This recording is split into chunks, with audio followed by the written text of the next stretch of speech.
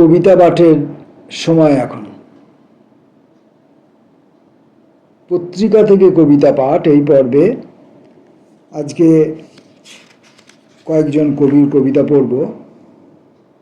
প্রথম কবির নাম শ্যামলকান্তি দাস। শ্যামলকান্তি দাসের দুটি কবিতা পড়ব। নব আনন্দে। মনে হয় আজ আবার আগের মতো চোখ খুলে তাকাতে পারবো। জিভে হয়তো দু একটি আঁচড় কাটতে পারবো। মনের কোণে কোণে স্পর্শ আর ছলনার দাগ লেগে থাকবে।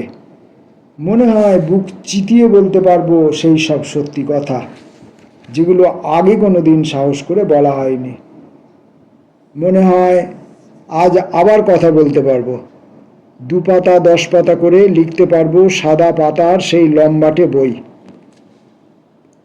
পাতায় পাতায় সাপের মতো চোখ জ্বলছে তোমার, আর অক্ষরগুলো হিস হিস করছে তোমার পায়ের কাছে, লেজ ঝাপটাচ্ছে। দয়াল আমাকে আবার আগের মতো অন্ধকারে সাজিয়ে দিয়েছেন, তাই এত হারমোনিয়াম বাজছে চারদিকে। মনে হয় পাথর ফুঁড়ে এবার আমি উঠে দাঁড়াতে পারবো। দিনের শেষে আবার গুছিয়ে বসতে পারবো, টান টান হয়ে শুতে পারবো, আর আগের মতো মাটির সঙ্গে তোমার ভাঙা বাড়ির দেওয়ালের সঙ্গে। দিনের শেষে আবার গুছিয়ে বসতে পারবো, টান টান হয়ে শুতে পারবো, আবার আগের মতো মাটির সঙ্গে তোমার ভাঙা বাড়ির দেওয়ালের সঙ্গে। শ্যামলকান্তি দাসের পরের কবিতা সন্ধেবেলা। উড়োজাহাজের আদর খেয়ে কালো পাখি বাড়ি ফিরেছে। হাওয়া মুছে দিচ্ছে তার ডানার কালশিটে। বৃষ্টি ধুয়ে দিচ্ছে পেটের রক্তদাগ আর চোখের অশ্রু। লাল সাদা সবুজের শুশ্রূষা দিচ্ছে রামধনু। এখনো তারা গোনার পালা শুরু হয়নি। চাঁদ উঠতে অল্প একটু বাকি আছে। বুকে পুরো একটা আকাশ চেপে সন্ধেবেলার পাখি বাড়ি ফিরছে।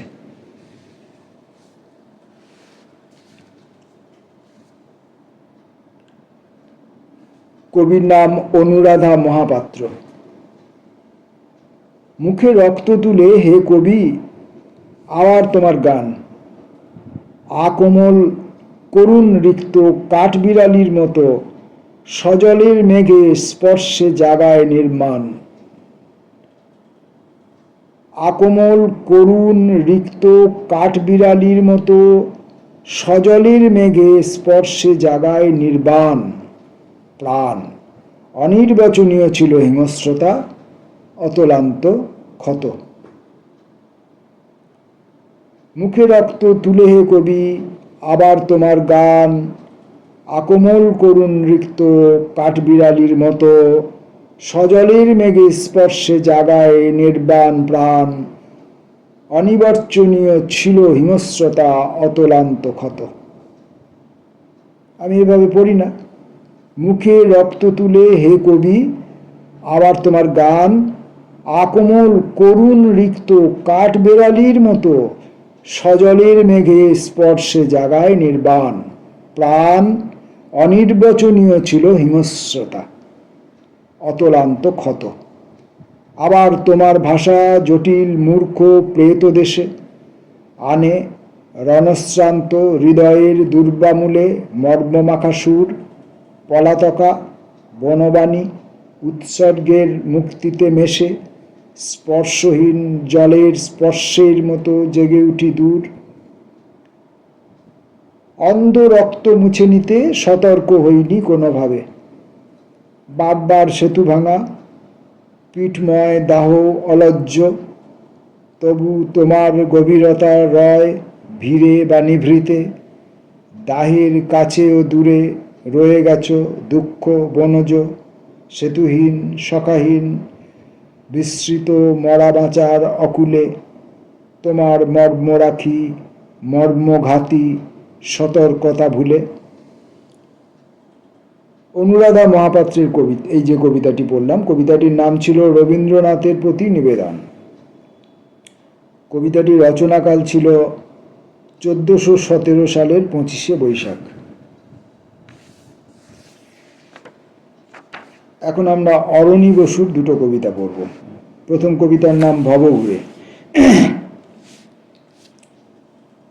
কোনো অভিশাপ লেগে আছে কিনা সঠিক জানি না, তবু আজও একা একা ঘুরে বেড়াই। পেছনে সংসার, অনেক খুচরো পংক্তি আর আবছা ঠিকানা, ঝড় ও বিদ্যুৎ।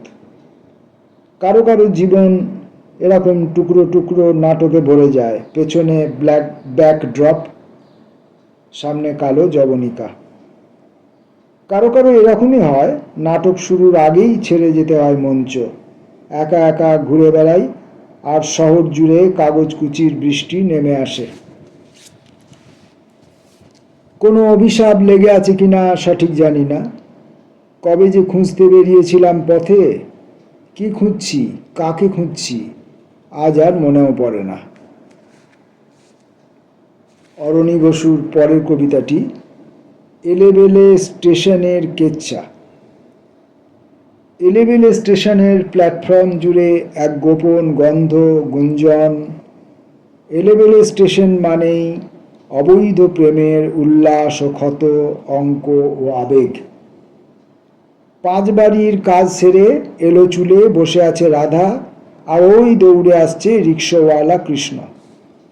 রাধার স্বামী এখন ভাতের ফ্যান গালছে, রাধা এসে খাবে বলে। সামনের ঝুপড়ির কৃষ্ণর বউ অনেক দিন ধরে তককে তককে আছে, শুয়োরের বাচ্চাকে একদিন হাতে নাতে ধরতে হবে। তারপর কে যে কার বাপের নাম ভোলাবে তার কোনো ইতিহাস ভূগোল নেই। সমস্যা এই, যাদের কোনো বৈধ দেশ নেই, বৈধ বেঁচে থাকা নেই, তাদের বৈধ বাপের নাম তারা নিজেরাই জানে কিনা কে জানে। এলেবেলে স্টেশনে হঠাৎ কিছু লোক, কিছু কথা, কিছু ঝগড়া, তারপর আবার শূন্যতা। শূন্যতা ঘিরে চ্যুত পল্লবের নিঃসঙ্গতা। এই রকম স্টেশন আমার খুব ভালো লাগে। এই রকম স্টেশনে মানিক চক্রবর্তী একবার দেখেছিলেন পিঠোপিঠি বসা দুজন নারী পুরুষের মাথা লগ্ন হয়ে আছে।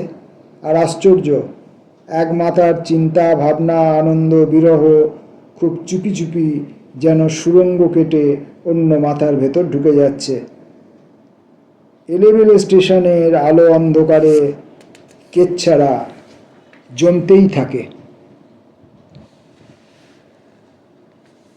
পরের কবির নাম গৌতম বসু, অন্তর্জলী যাত্রা। তন্দ্রার হাত ধরে দাঁড়িয়ে আছি, গঙ্গা কাদা জল আসে, কাদা জল ফিরে যায়, নিরাময়ের হাত ধরে দাঁড়িয়ে থাকি।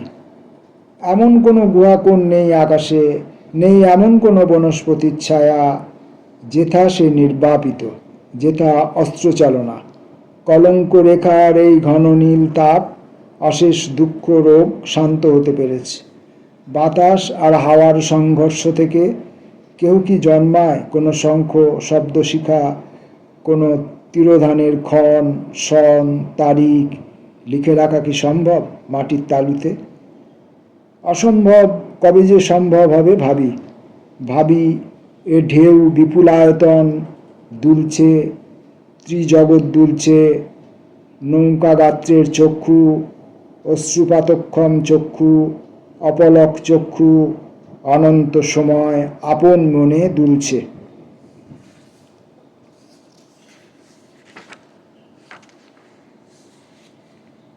আপাতত কবি পার্থ রাহার আর একটি কবিতা পড়ব।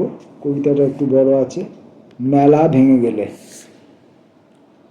শোনা গেল মেলা ভেঙে গেলে ডাইনোসরেরা সব ছড়িয়ে পড়েছে শহরের আনাচে কানাচে। মেলা ভেঙে গেলে জাহাজের বাঁশি শুনে লুকোনো ঘাসের মধ্যে, আমাদের রক্তের মধ্যে জীবন কাঠি ছুঁয়ে ডাইনোসরেরা সব শহরের আনাচে কানাচে। আমি বাঁচার জন্য জীবনভর লাল, নীল, হলুদ, সবুজ ইচ্ছেদের, লাল হলুদ সিঁদুর মাখা সিন্ধুকে গভীর গোপনে। কোনো কোনো ইচ্ছেরা লাল, লজ্জায় লাল। লাল হলুদ সিঁদুর মাখা সিন্ধুকে গভীর গোপনে, কোনো কোনো ইচ্ছেরা লজ্জায় লাল। আমি বাঁচার জন্য জীবনভর লাল, নীল, হলুদ, সবুজ ইচ্ছেদের। লাল হলুদ সিঁদুর মাখা সিন্ধুকে গভীর গোপনে কোনো কোনো ইচ্ছেরা লজ্জায় লাল। কেননা তারা জানে এর পরের দৃশ্যেই হাওয়ায় হাওয়ায় মিশে সাদা হবার সময় কেউ বা সিন্ধুকের দুস্তর কোণে নীল নির্জন হতাশায় বেগুনি অবহেলায় হলুদ। নিজের ইচ্ছেগুলো এতদিন নাড়াচাড়া করতে করতে রঙিন গোলাপি হয়ে উঠেছিল। 65,000 ইচ্ছে সিন্ধুকের তালা ভেঙে বিদেশি সেন্টের মতো হাওয়ায় হাওয়ায়। কখন কে জানে মেলা ভেঙে গেলে ডাইনোসরেরা সব পাহাড়ের অন্ধকার গুহার মতন হা মুখ নিয়ে ইচ্ছেগুলোর দিকে ছুটে আসে শহর কাঁপিয়ে দাপিয়ে। আমার ইচ্ছেগুলো দুমড়ে মুচড়ে একাকার খান খান ছত্রাকার।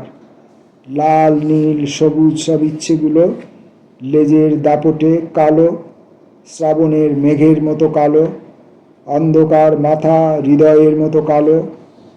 ডাইনোসরেরা সব ছুটে আসে, ইচ্ছেরা কালো হয় মেলা ভেঙে গেলে।